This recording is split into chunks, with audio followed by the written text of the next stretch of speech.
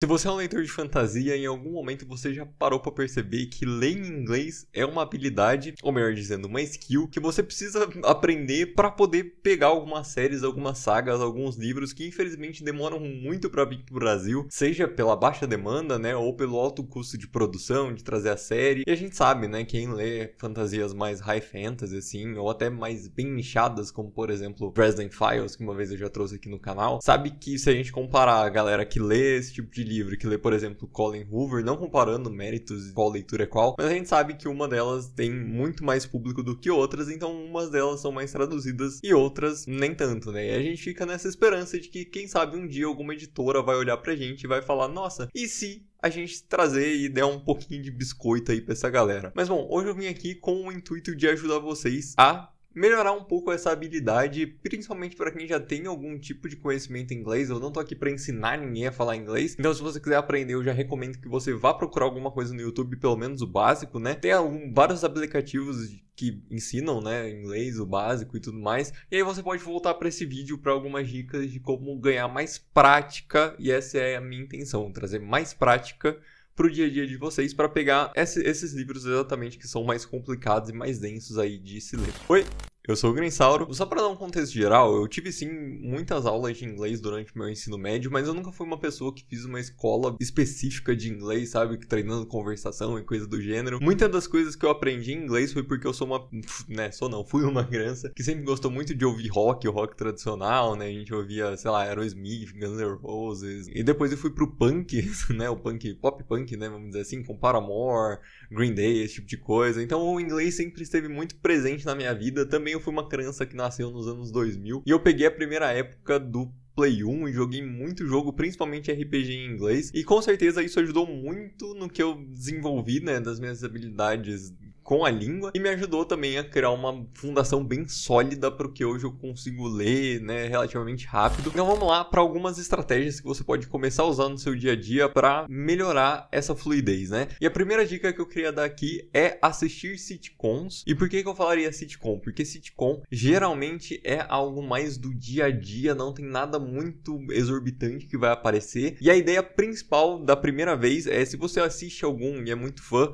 e assiste em português, né? Coloca uma legenda em inglês, tá? Sem se preocupar muito. Eu acho que esse primeiro contato com a escrita em inglês já é importante, porque o foco aqui não é, por exemplo, eu assistir um sitcom na linguagem nativa, né, em inglês, sem legenda. Então, a gente não vai tirar a legenda em lugar nenhum, porque a ideia é simplesmente a gente associar a linguagem exatamente escrita com o que está sendo falado. E para não ter aquele choque primeiro muito grande de realidade, manter em português e depois em inglês. Tem muitos sitcoms famosos aí, como por exemplo Friends, tem How I Met Your Mother, tem The Big Bang Theory, que eu sou muito fã, inclusive foi um dos que me ajudou demais a aprender inglês, porque lá ainda tem umas coisas ainda que saem, né, do comum e vai pro, né, nem o Sheldon fala algumas coisas mais complexas pelo estilo do personagem que ele é. Oh, really? Então, colocar primeiro em português, se você assiste em português, né, se você já assiste em inglês, basicamente só bota a legenda ali e já vai ajudar bastante você a ler, né, em inglês. Mas não começa assistindo em português, depois que você assistir bastante, souber a história pelo coração, você muda o idioma nativo, né, ali pro inglês mesmo, não pro dublado, e você vai começar a correlacionar as palavras. Então, quando você já tiver essa noção do que uma palavra quer dizer em inglês e em português, você bota tudo em inglês e as coisas vão começar a ser mais fluidas, tá? E depois, então, que a gente tiver feito esse passo de conseguir assistir um sitcom ali tranquilamente, com o áudio em inglês e a legenda em inglês, quer dizer que a gente já tá com algum entendimento bem mais fluido de como funciona a linguagem. E depois desse passo, o que eu recomendo é pegar algum livro, de preferência infanto-juvenil, porque a ideia da estrutura narrativa ela vai ser mais simples, que você goste bastante dele em português mesmo, e você lê a versão dele em inglês. Isso é bastante importante porque a gente já tem as imagens na nossa cabeça das cenas que vão acontecer. Até você pode, por exemplo, pegar, sei lá, você pega o Hobbit pra assistir, aí você assiste o Hobbit e depois você vai ler o livro em inglês, por exemplo, porque você já tem as imagens. Eu sinto que grande parte da dificuldade que eu tenho às vezes lendo em inglês é exatamente construir a imagem por conta de alguma palavra que eu não sei muito. E aí quando você vai lendo, você pode aproveitar e ir pegando as palavras que você não vai entendendo e tentando traduzir no contexto da frase. Isso é muito importante, porque muitas palavras, quando a gente tira tira de contexto, elas podem significar alguma outra coisa. Então é importante que a gente pegue o contexto de tudo que está acontecendo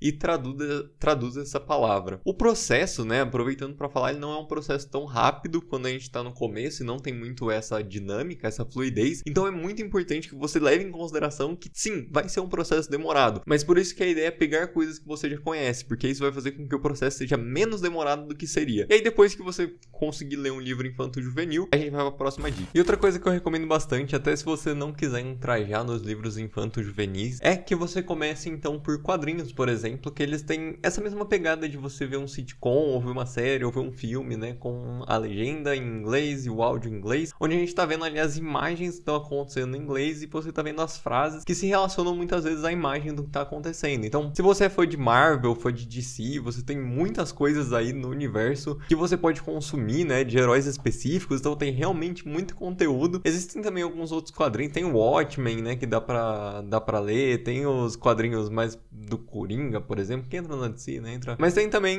muitas mídias que você pode consumir que são texto e imagem, né, baseado em texto e imagem, antes de você necessariamente partir para os livros ali mais densos, que tem mais coisa, que é mais texto. Tem também um livro que eu esqueci de comentar, que é uma versão do Kafka, da Metamorfose. Eu tenho, mas ele não tá aqui em casa, ele tá na casa dos meus pais, que é um livro que ele é metade em inglês, metade em português, então você tem as duas línguas no mesmo livro. Talvez seja interessante para ler as duas versões, sabe? Então existem muitas possibilidades para você ir pegando a ideia da língua. A minha próxima dica, ela é bem específica para os livros do Sanderson, tá? Eu realmente acho que se você já conseguiu, por exemplo, ler uma Coraline, ler um Eragon ali em inglês, vale bastante a pena você pegar ou Mistborn eu garanto, tá? Ou Trace of the Emerald Sea, que é um livro novo aí que o Sanderson lançou. Eu ainda não li, mas eu vi que até o próprio Sanderson recomenda começar por esse livro. Antes ele recomendava começar por Mistborn, mas agora ele recomenda começar por Trace. Um desses dois, se você começar por ele lendo em inglês, e aí pode ser uma história que você não conheça, mas por que eu recomendo o Sanderson? Vamos lá, tá? Esse é um dos motivos do porquê eu gosto tanto do autor. Obviamente ele escreve histórias muito boas, né? Mas não necessariamente é pela estrutura narrativa em si. Eu vi muita gente, na verdade, criticando do exterior o jeito como ele escreve, porque falam que ele escreve de uma maneira muito simples, mas eu acho que isso tem muito a ver, né? Se você não conhece o autor em si, ele tem um podcast que chama Intentionally Blank, que eu vou deixar aí também, é legal, quem quiser ver, tem no YouTube, tem no Spotify, e ele, enfim, troca algumas ideias, e em muitos dos podcasts dele, ele comenta, né, em muitos dos episódios, sobre o quanto ele gosta do pessoal que acompanha ele mais da América Central, ali, da área do México, principalmente, que ele já visitou bastante, e eu acho que isso acaba refletindo um pouco na gente da América Latina, porque eu sinto que ele tenta escrever para um público mais geral, sabe? Mesmo que aquela pessoa vá ler em inglês, ela vai conseguir compreender, mesmo que ela não tenha um nível tão avançado, e eu acho que é por conta disso, porque ele realmente gosta ali das regiões da América Central, então eu acho que tem bastante influência, e por isso ele é um dos meus autores preferidos, porque eu sinto que ele tem esse olhar pros fãs dele, sabe? Eu acho que ele se importa bastante com os fãs dele, ele faz bastante coisa. Eu recomendo pegar muitos livros do Sanderson, principalmente Mistborn e Trace, pra avançar para os livros de High Fantasy. E aí, uma vez que você conseguiu ler ali os livros de High Fantasy, seja Mistborn, seja Trace, seja... Pô, você pode pegar Stormlight? Pode. Recomendo? Não para começar, porque é uma história extremamente complexa, mas dá. Tem o Dresden File, o Stormfront, que eu trouxe até aqui no canal. Eu recomendo bastante começar por ele também, não é um livro tão complexo assim de ler inglês, ele é bem curtinho na verdade, que eu tô olhando aqui pro lado porque ele tá aqui do meu lado. Uma dica a mais assim, que é pro pessoal que gosta de jogar, eu não coloquei ela nessa sequência de 3 passos, né? Exatamente porque se você é uma pessoa que não joga muito videogame, talvez isso não sirva pra você e não seja tão fácil de fácil acesso, né? Mas se você joga videogame, eu realmente recomendo que você mude tudo do idioma do jogo para inglês e só jogue e aproveite. Principalmente se você pega um jogo que você gosta bastante, né? Por exemplo, se a gente falar de The Witcher, eu sei que é um jogo que muita gente gosta, é um jogo muito bom. Cara, eu tenho certeza que se você mudar o idioma para inglês e você souber a história, vai te ajudar bastante a entender melhor a língua e o estilo de conversa, porque é basicamente um livro, né, ali do The Witcher, que você tá jogando, então... E você pode procurar também na internet, né, os famosos wikis. inglês. Eu também recomendo bastante quem tiver, né, Pokémon são jogos muito interessantes para se jogar também no idioma inglês, porque eles tendem a ser jogos mais feitos para crianças ali, né? Então eles têm uma linguagem mais simples, a história geralmente é linear, então você consegue ir pegando essas ideias do inglês, você consegue ir trazendo no contexto do que tá acontecendo, né? Então é outro jogo também que eu recomendo bastante se você estiver querendo aprender inglês, né? Geralmente esses jogos mais antigos, assim, também eles são muito bons, né? A gente pega os primeiros Final Fantasy, maioria RPG, assim, é o que a gente cresceu jogando, né? E também recomendo bastante aí músicas, ouçam bastante música em inglês, tentem ver a tradução e tentar entender o que a música tá falando também, lendo a letra, mas eu acho que o mais importante disso tudo que a gente tira é exatamente você consumir mais a cultura daquela língua que você tá aprendendo, tá? E aqui não é falando nada sobre síndrome do vira-lata, que é basicamente a gente achar que, tudo americano é melhor, mas não, é porque realmente existem livros que a gente só consegue ler ou continuar lendo lá, por exemplo, A Roda do Tempo, né, que é bem difícil encontrar os mais pra frente em português. Outro também que é bastante difícil é o Lies of Locke Lamora, a continuação dele é bem difícil de encontrar em português, principalmente o 2 e o 3, um ainda vai. Mas não é isso, né, tem coisas que a gente quer ler e não consegue, mas falo aqui também, trago inclusive aqui no canal Autores Brasileiros, se vocês quiserem ver aí de fantasia. Então, tem espaço pra todo mundo no mercado, eu só acho que é uma coisa interessante que eu tava conversando com algumas pessoas sobre ler inglês e que às vezes atrapalha, né, a gente não ter essa fluidez na leitura. Bom, mas então é isso que eu queria passar no vídeo de hoje pra vocês. Eu espero que alguma das dicas que eu dei aqui, ou eu espero que esse caminho todo, né, desses caminho todo de 3 coisas, seja útil, de alguma forma ajude em que vocês consigam alcançar suas metas de leitura, pegar aquelas séries que vocês nunca conseguiram ler porque tem essa barreira da linguagem. Eu realmente espero ter ajudado vocês. Deixa aí nos comentários se você tiver alguma dúvida de modo geral, tá? Eu posso não ter falado de alguma coisa aqui. E é isso. Se foi útil, não esquece de curtir o vídeo, de compartilhar, deixa seu, like, se inscreve se você não é inscrito. E por hoje é isso. Um abraço e até a próxima.